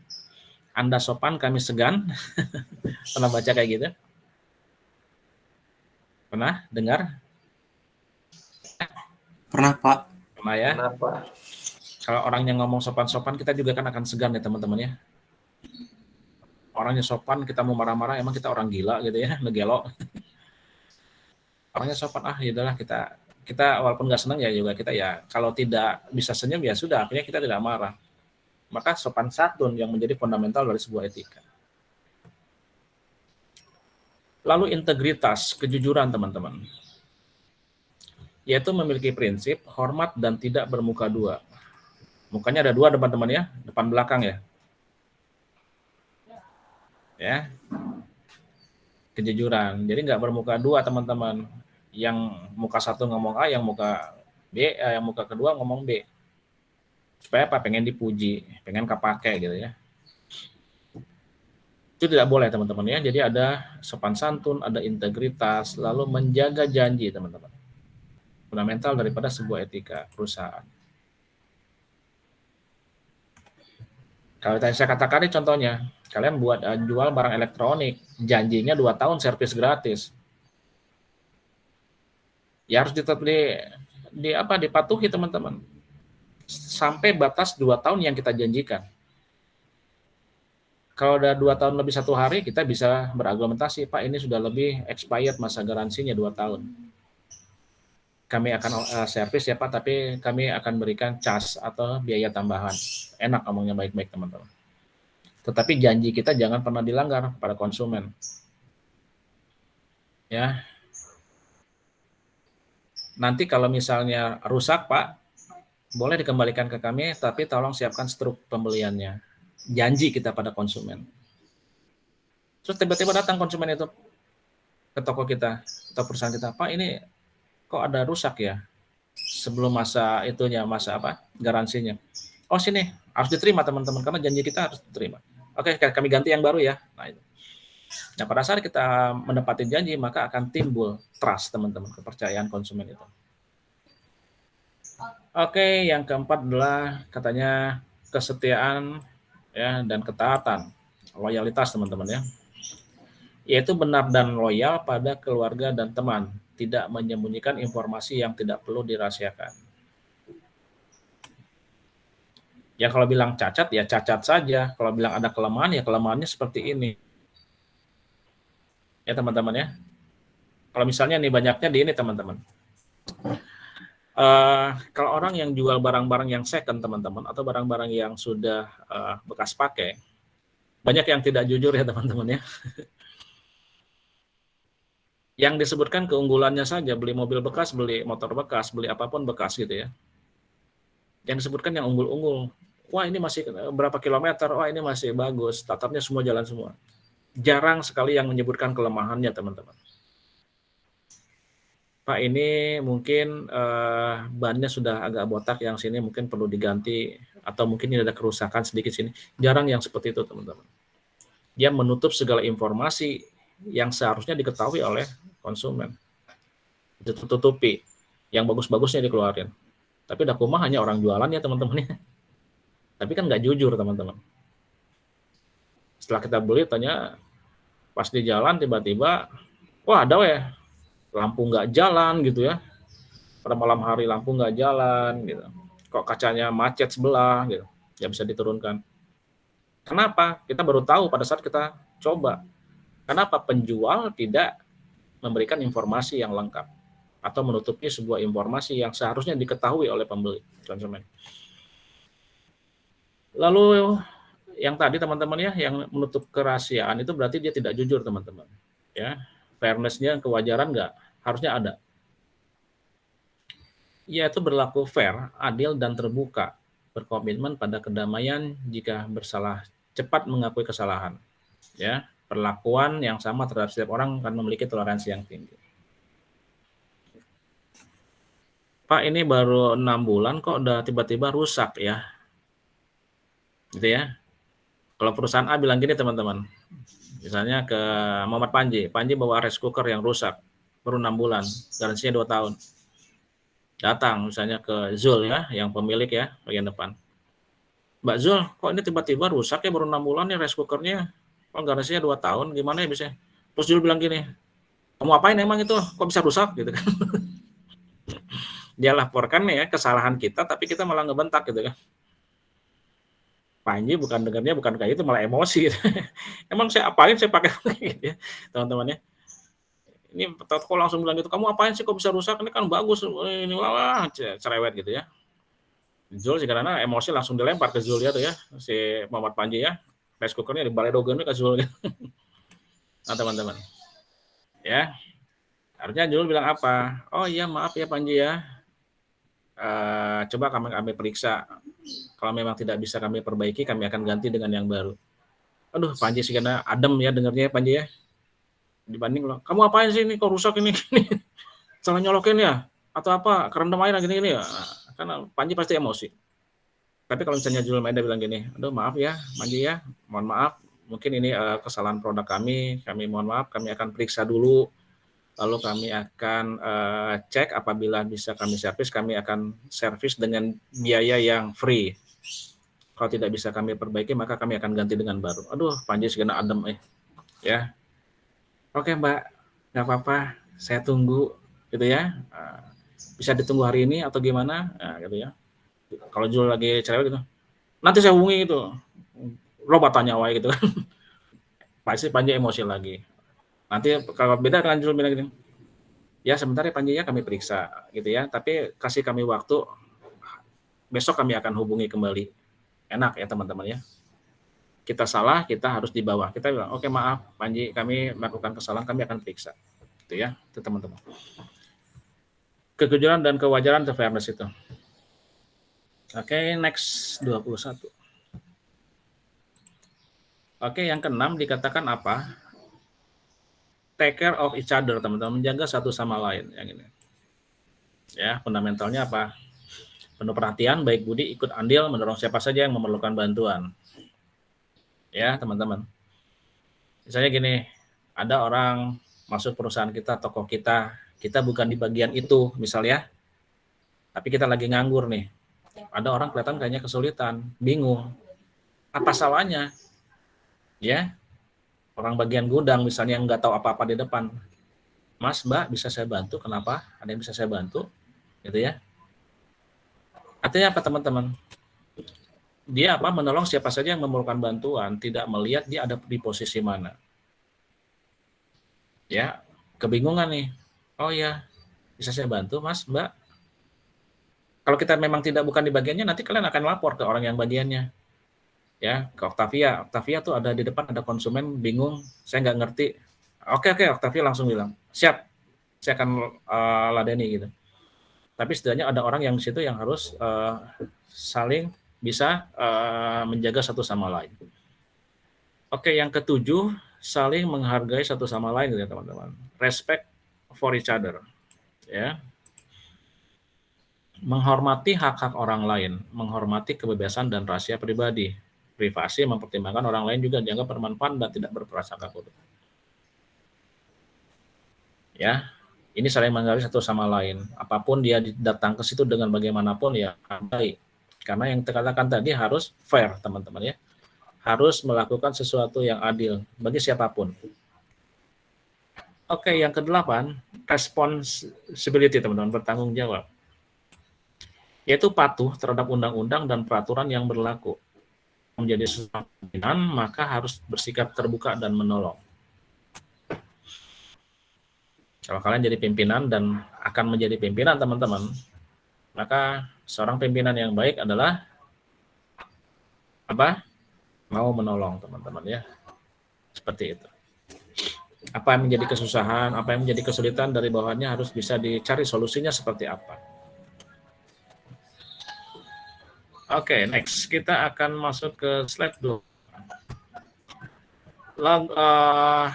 Fundamental adalah melakukan pengejaran keunggulan, pursuit of excellence, teman-teman.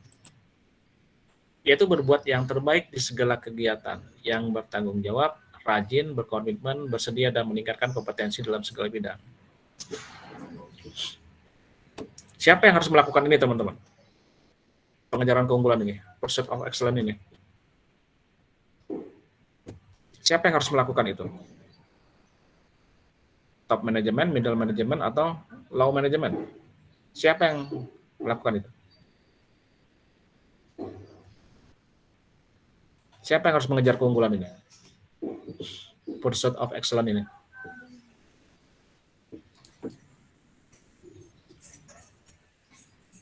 Siapa yang bisa jawab? Izin menjawab, Pak. Oke, Gil. Top manajemen, Pak. Top manajemen ya. Ada lagi yang lain? Bagian middle, Pak. Bagian middle. Ada lagi? Satu lagi, Kagok. Launya belum ada yang milih. Kalau menurut pemahaman saya kayaknya semua manajemen juga harus gitu deh, Pak.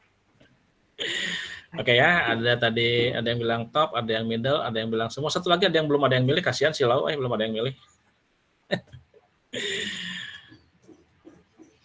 Oke ya, udah 3 orang cukup ya. Siapa yang harus? Ya orang top manajemen ya teman-teman ya, harus melakukan itu. Jawaban Putra bagaimana? Kita lihat. Tadi dibilang middle management, betul. Top manajemen harus melakukan itu. Middle manajemen harus melakukan itu? Iya, betul juga. Low manajemen harus melakukan itu? Iya. Berarti jawabannya adalah seluruh lini dalam manajemen harus melakukan itu.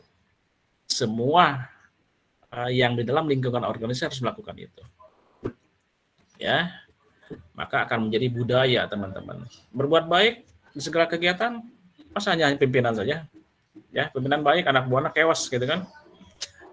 Jadi berbuat baik di segala kegiatan, bertanggung jawab, rajin, berkomitmen itu harus dibangun oleh semua komunitas organisasi. Ya teman-teman ya. Jadi tidak ada pilihan. Saya pancing tadi, yang mana nih top, middle atau ini? Ya. Jadi jawabannya adalah semua lini daripada manajemen, teman-teman. Yang ke-10 dapat dipertanggungjawabkan. Kalau tadi bertanggung jawab beda-beda teman-teman ya. Bertanggung jawab dan dipertanggungjawabkan itu berbeda, teman-teman. Dapat dipertanggungjawabkan di sini adalah accountability, akuntabilitas, teman-teman ya. Kalau tadi bertanggung jawab adalah responsibility, berbeda.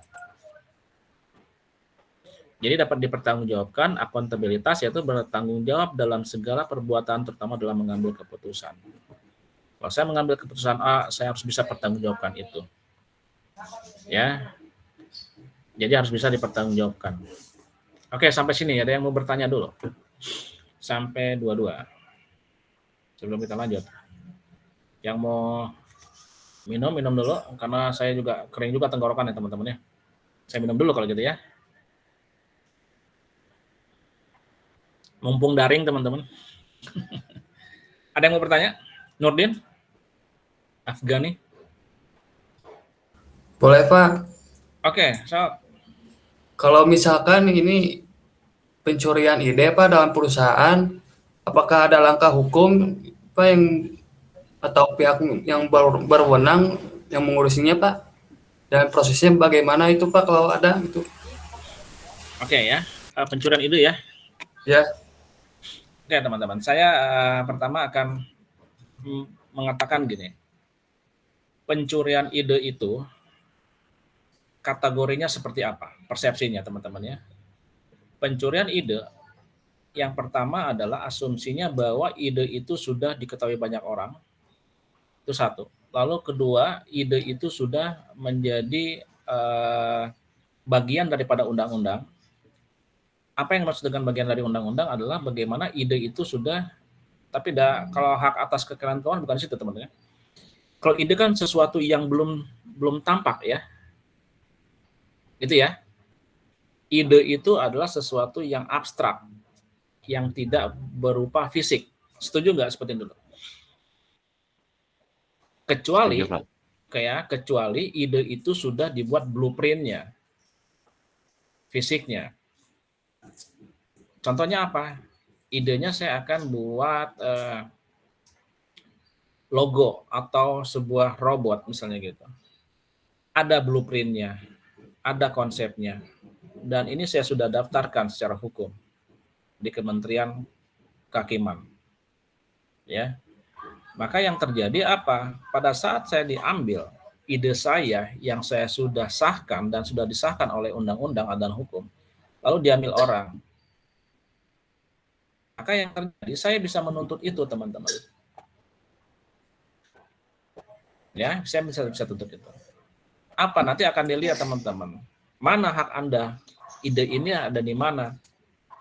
Ada, coba lihat di kitab Haki, hak atas kekayaan intelektual. Nama saya sudah tercantum, teman-teman. Haki itu adalah sekarang umurnya sekitar 50 tahun, teman-teman. Ya, masa kadaluarsanya. Semenjak dia didapatkan. Tapi kalau dikatakan mencuri ide, ternyata ide saya itu belum dipatenkan, teman-teman. Ya, apa bisa ditutup? Tidak bisa, teman-teman. Ya, itu ya Nurdin ya. Kalau memang itu sudah dipatenkan dan ada undang-undangnya, maka saya bisa dipidanakan.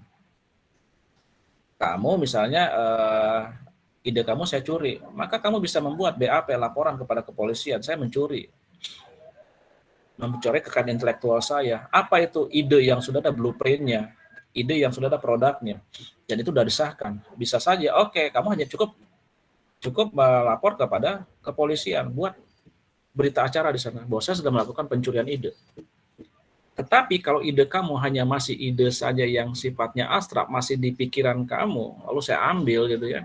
Tapi kamu pernah ngomong sama saya gitu ya, Pak Nur, saya punya ide kayak begini nih. Ternyata lalu tiba saya realisasikan gitu ya. Saya langsung aksi nyatakan. Apakah saya dikatakan mencuri? Enggak juga. Buktinya mana saya mencuri gitu. Siapa yang bisa buktikan saya mencuri idenya Nurdin? So, siapa yang bisa jawab? Atau kita diskusi di sini? Siapa yang bisa buktikan saya mencuri idenya Nurdin? Nggak ada yang bisa buktikan, teman-teman. Ya, karena ide itu masih sesuatu yang abstrak yang tidak bisa terlihat fisiknya. Pak, kemarin saya nyuri idenya Putra, idenya kayak begini. Terus ide lapor, si Putra lapor, Pak, ide saya dicuri. Emang kamu udah buat ide? Malah saya tanya gitu kan. Terus seperti apa ide kamu? Jangan-jangan kamu yang nyuri gitu kan. Bisa berbalik ke arah kita. Karena nggak bisa dibuktikan, teman-teman.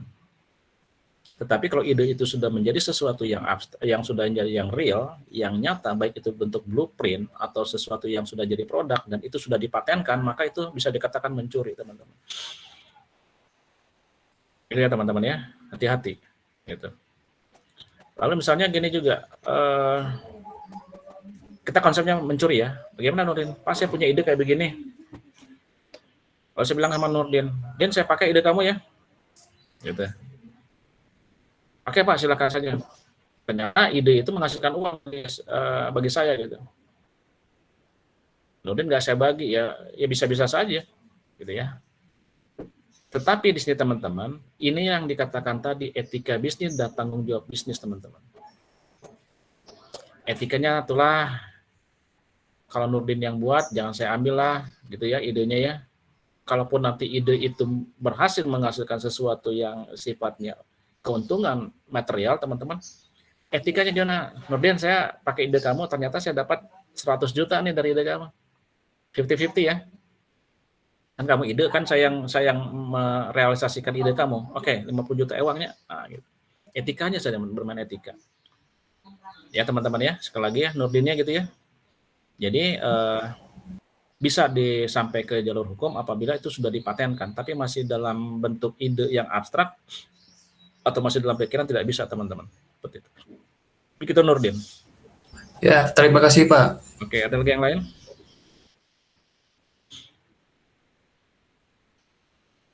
Kalau ada kita lanjut dulu ya. Oke. Prinsip etika, teman-teman. Dikatakan apa prinsipnya? Satu, usaha membangun trust, kepercayaan, teman-teman ya. Ingat ya, kepercayaan antara anggota masyarakat dengan perusahaan atau pengusaha. Etikanya gitu. Etika kita, bagaimana budaya etika itu muncul, supaya apa? Muncul trust. Sekali lagi teman-teman, kuncinya adalah trust, kepercayaan. Ya, untuk membangun kepercayaan antara masyarakat, anggota masyarakat atau yang diwakili oleh konsumen, teman-teman, dengan perusahaan atau pengusaha. Kalau masyarakat sudah percaya, maka hak hidup perusahaan itu akan menjadi lama, teman-teman, dan akan dia bisa survive. Yang kedua, hal tersebut merupakan elemen penting buat suksesnya bisnis jangka panjang. Ya, etika itu apa? Unsur yang terpenting untuk membuat sukses bisnis jangka panjang. Berarti apa yang dikatakan ini adalah jangka panjang hidup dia, survive hidupnya panjang banget, teman-teman. Yang ketiga, menjaga etika adalah hal penting untuk melindungi reputasi perusahaan. Teman-teman ya, pada saat etika mereka pelihara, maka apa? Perusahaan itu akan terlindungi. Oh, perusahaan itu baik, mereka jujur, kompeten, dia bertanggung jawab, ya, maka ini yang akan diberikan penilaian apa? Bukan orang lain, konsumen. Ya. Yang keempat, kejujuran merupakan barang langka, ya, dan mata uang yang berlaku di mana-mana.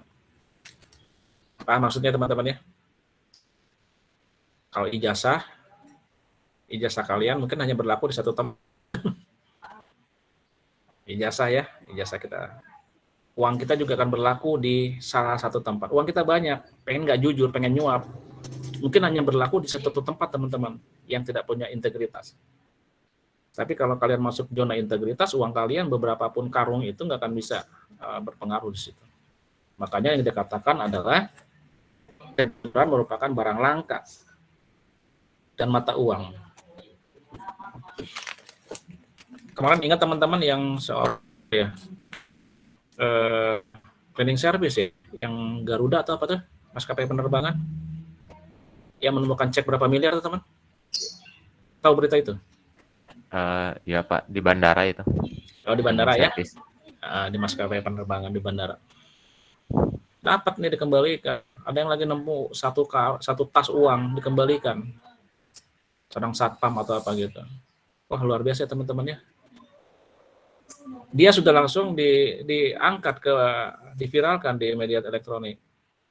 Pertanyaan saya sekarang, kalau dia melamar ke tempat lain lagi, teman-teman, cepat nggak dia keterima, teman-teman? Cepat ya, teman-teman ya. Wah, langsung integritasnya baik, kejujurannya baik. Teman-teman. Oke.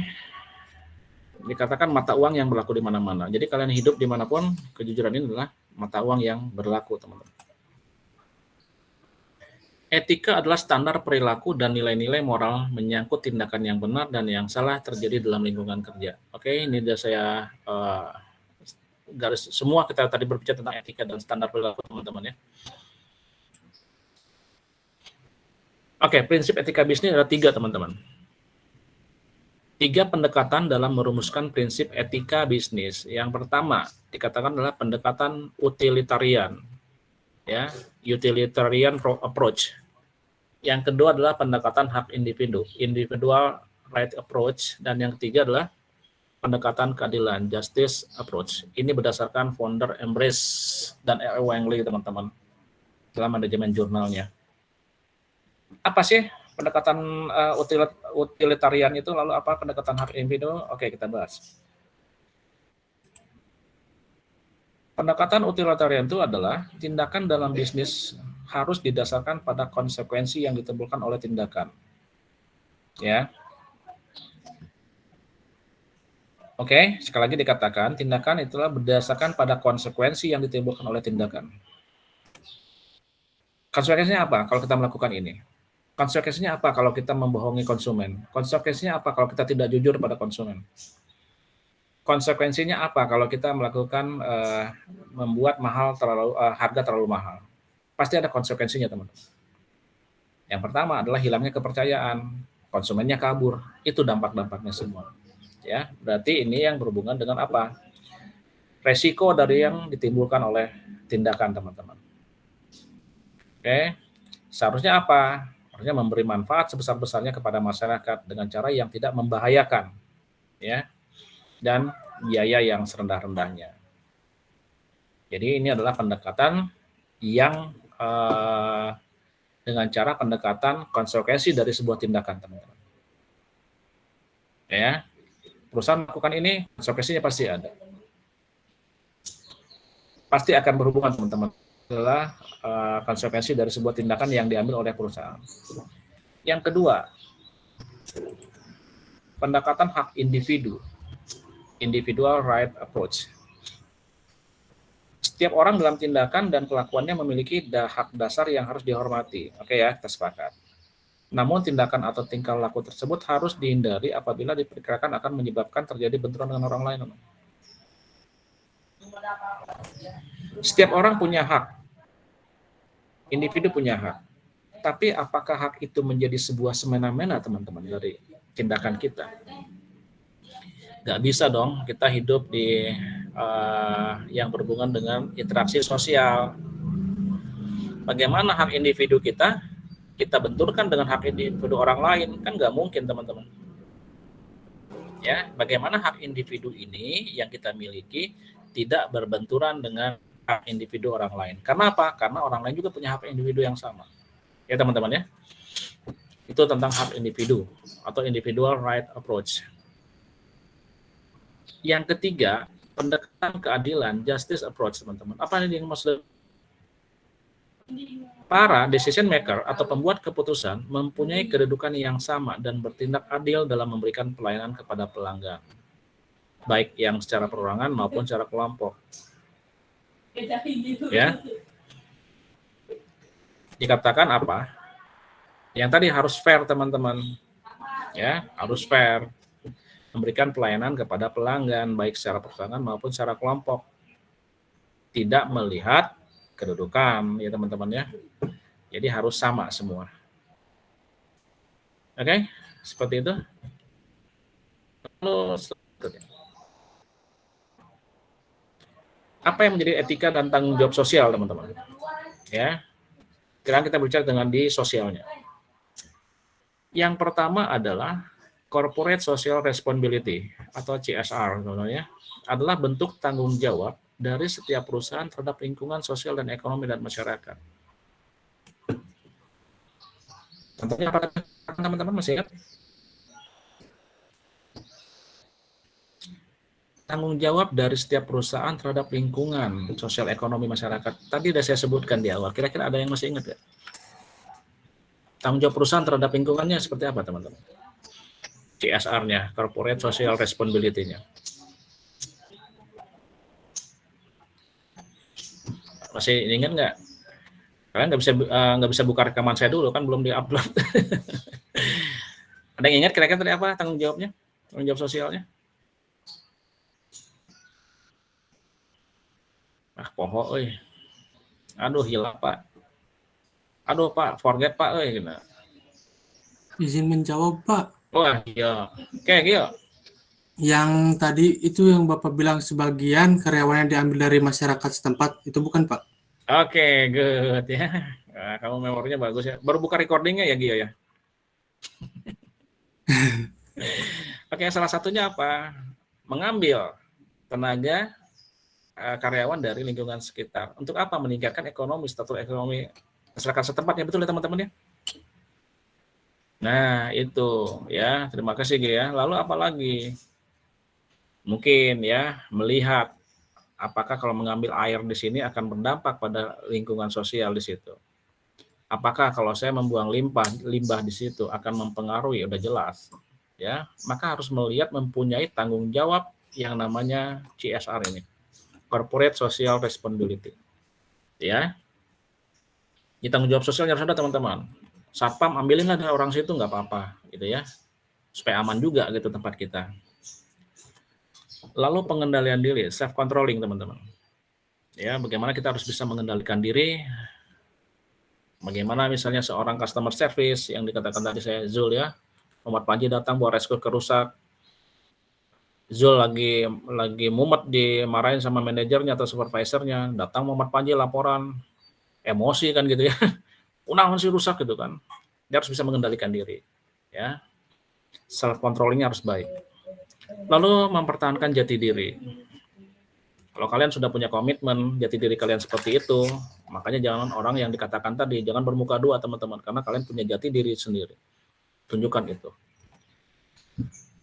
Lalu menciptakan persaingan yang sehat, ya, sikat tukang Gio ya.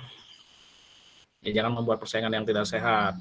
Dengan karyawan juga sama, dengan teman. Pengen cepat naik jadi supervisor, menjelek-jelekan teman sendiri, kalau dalam internal ya teman-teman ya. Pak, si Eta Pak, kada culas Pak, lo Pak, hati-hati Pak, suka nyuri, suka gini, suka telat wae gitu. Kalian menjatuhkan orang lain untuk menaikkan diri sendiri itu nggak boleh teman-teman. Ya. Itu yang dikatakan menciptakan persaingan yang sehat. Kalau ingin diangkat cepat, dia lakukan komitmen yang baik, kerja yang baik, orang akan menilai itu. Lalu menerapkan konsep pembangunan berkelanjutan, teman-teman ya. Pembangunan itu bisa apa saja teman-teman, apakah produksi, adakah sikap ya, atau mungkin juga etikanya harus berkelanjutan, tidak hanya bisa diam di situ saja. Lalu etika dan tanggung jawab sosial yang berikutnya adalah menghindari sifat 5K teman-teman. Ya. Kata belece. Ya, lalu kong kali kong. Apalagi koneksi. Ini saling berkaitan semua loh teman-teman ya. Komisi. Dan komisi. Nah. Ya, 5K teman-teman. Kata belece, tahu kata belece?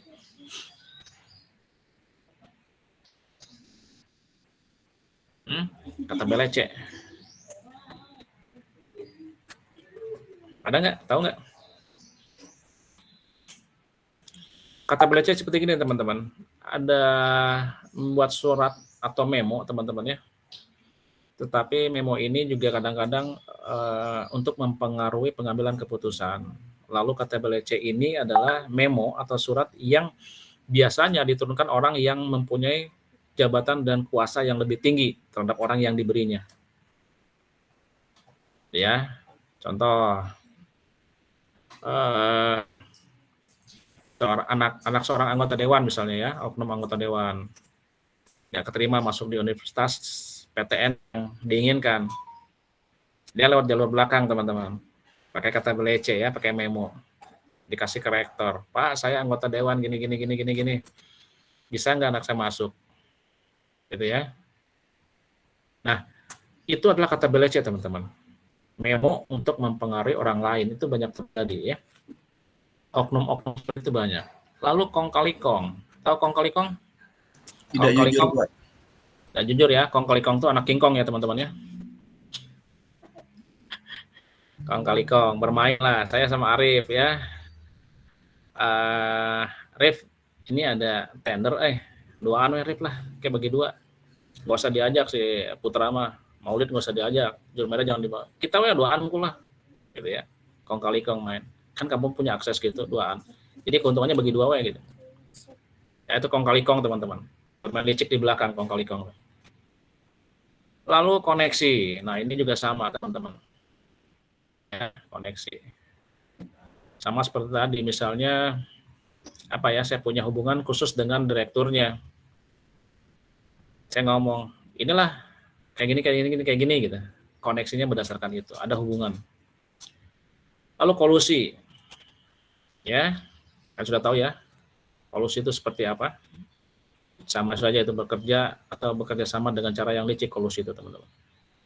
Dan satu lagi adalah komisi. Kalau komisi di sini, teman-teman, apakah komisi itu haram, teman-teman?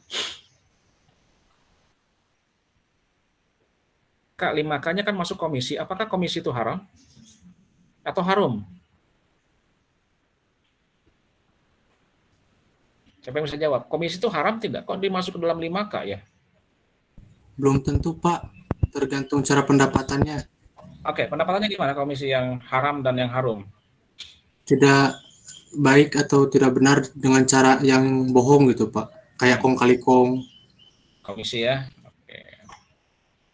Ya, nanti esok Gio, ini kamu ambil tender dari saya, nanti kamu dapat komisi. Itu kong kali kong ya, Gio ya? Bisa disebut seperti itu Pak. Pertanyaan saya sekarang, komisi itu haram atau tidak?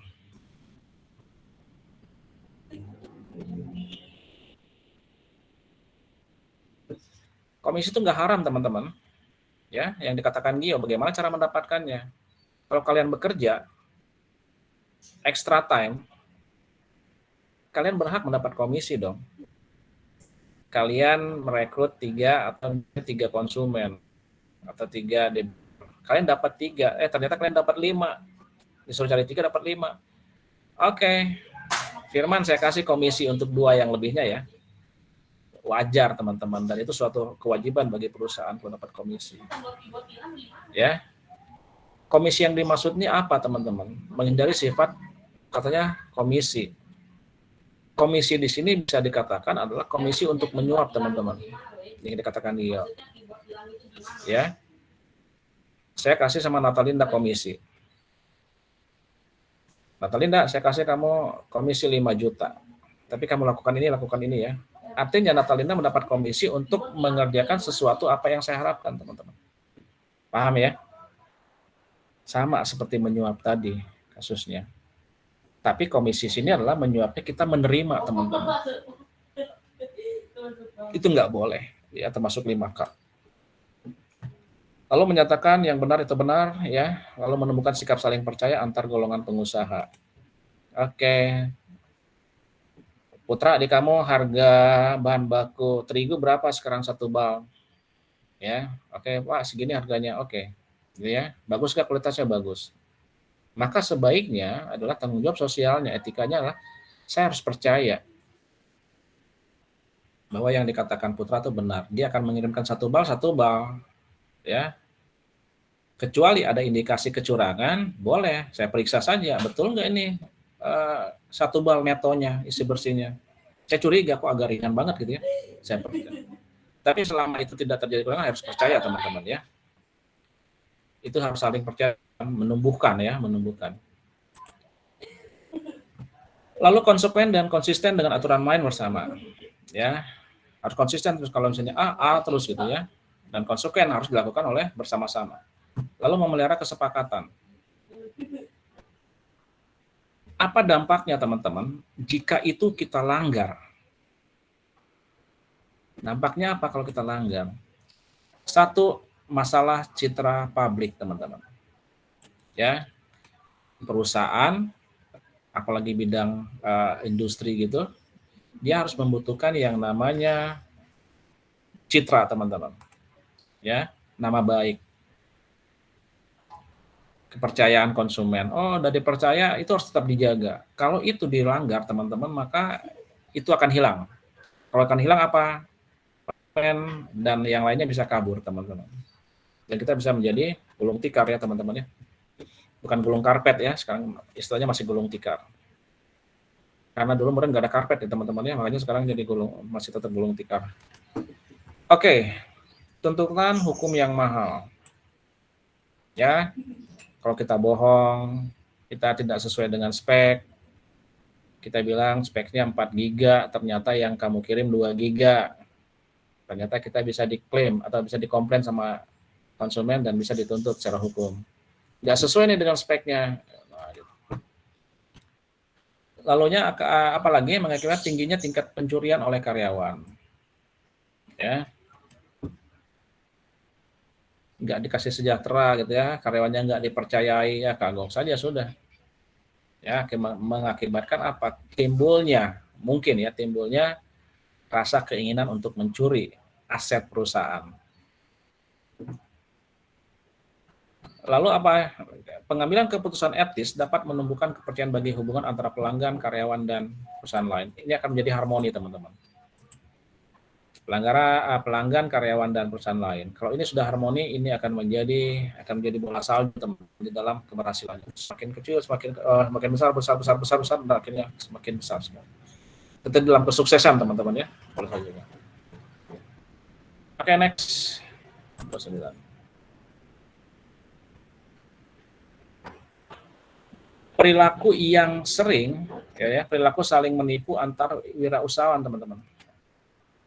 Antara pedagang cilok tadi ya teman-teman ya. Pelaku bisnis dengan pelaku bisnis, curangnya di mana? Mengirim barang dengan sejumlah yang tidak sama. Yang saya contohkan tadi, Putra saya kirim 1 bal terigu ya, kirim ya. Ternyata isinya nggak sama, ya. Lumayan lah, dari misalnya 1 bal saya kurangin sekilo, gitu kan. Atau pernah dengar ya teman-teman ya, gas isi 3 kilo, itu isinya berkurang ya teman-teman ya. Kenapa? Diambil dari 1 tabung sekian. Dari 2 tabung menjadi 3 tabung, gitu kan. Untuk 1 tabung. Licik teman-teman curang. Ya, seharusnya untuk 2 tabung dibuat jadi 3 tabung. Dikurangin isinya.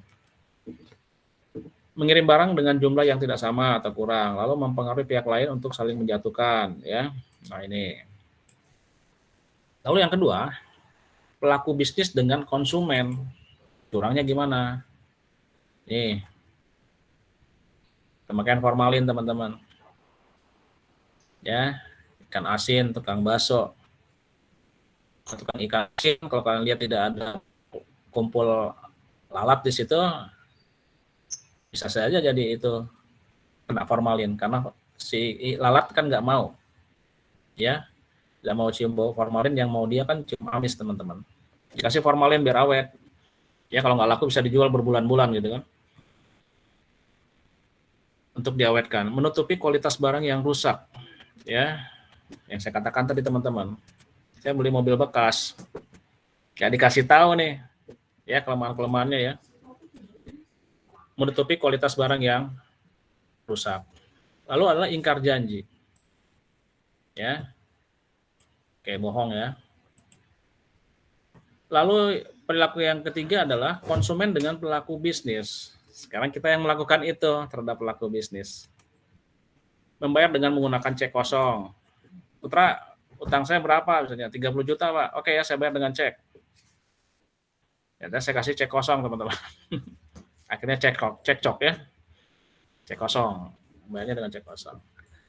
Lalu membayar tagihan lewat rekening yang sudah ditutup, ya. Ini biasanya konsumen-konsumen yang terhadap pelaku bisnis, biasanya terhadap pembayaran teman-teman. Oke, yang berikutnya 31. Ya, keuntungan menjaga etika apa? Ada 5 katanya teman-teman yang besar ya. Jika jujur dalam berbisnis, maka bisnisnya akan maju.